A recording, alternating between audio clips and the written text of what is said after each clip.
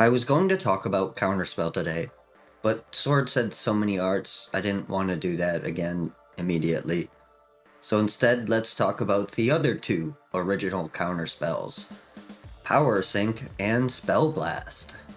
Power Sync is an instant that costs X and a blue mana that counters a spell unless that spell's controller pays X. If that player doesn't pay X, all their lands with mana abilities are tapped and all unspent mana is drained from their mana pool.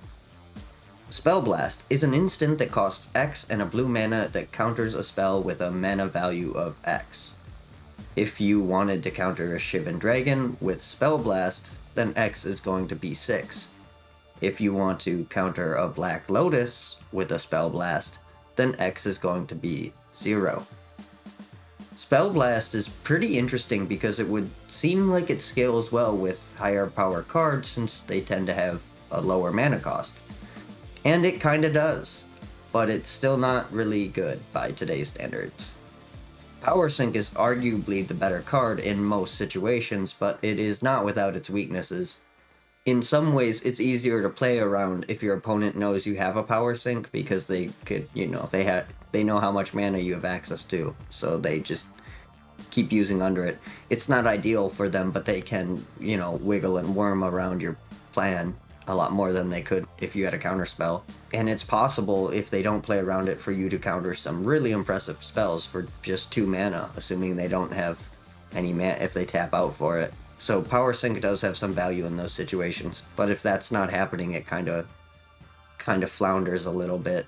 Both of these spells also only have a single blue mana in their cost, so they are more splashable than Counterspell would be.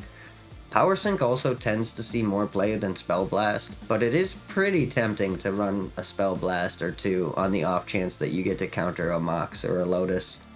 That's pretty exciting to think about. 9 out of 10 times, though, that Spell Blast is going to be not what you want. Counterspells as a whole are kinda controversial, and some loud minorities of players really do not enjoy counterspells. It is worth noting that counterspells are inherently powerful and can be frustrating to play against. So if you don't enjoy them, I do kinda understand that, but I really like counterspells. I love counterspell wars and playing on the stack, and I love playing around counterspells or playing through counterspells. I personally just really like the way the game is played when counterspells are present. I also think it's really interesting to look back at these old counterspells and see what they originally thought was a good way to go about it. I personally think that they did a pretty good job. Counterspell itself might have been a little pushed, but Power Sync and Spell Blast seem like well-balanced cards in my opinion. Power Sync might be a bit brutal, especially when, nobody knows how to play the game, but I think it's fine. What do you think of these cards, though? And what do you think of counterspells in general? Or even stack interaction, if you want to go on a bit of a tangent. Let me know. Really enjoy hearing what you have to think. Let's talk about the art of Power Sync, and then we'll talk about Spell Blast. Power Sync's first art was illustrated by Richard Thomas, and I think it's pretty fucking cool. I do think that the concept of drawing a spell not happening is a pretty hard thing to draw, right? Like, that's a hard thing to illustrate. So I tend to have a bit of grace with the early counterspell arts. I do like this one, though. I think it's a really funny depiction of what's happening. The next version comes from Ice Age, and this Power Sync was illustrated by Mark Poole. I really like Mark Poole's work. And this one is interesting, but I do like the original art more. I don't have too much to say about this one, but it is well done. This next work was by Charlie Gillespie, and it was featured on the Mirage version of Power Sync. I really like this version.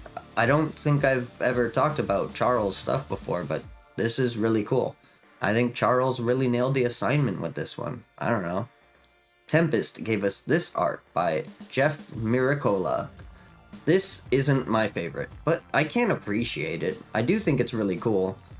I don't know. It's fine. I don't really have much to say about it.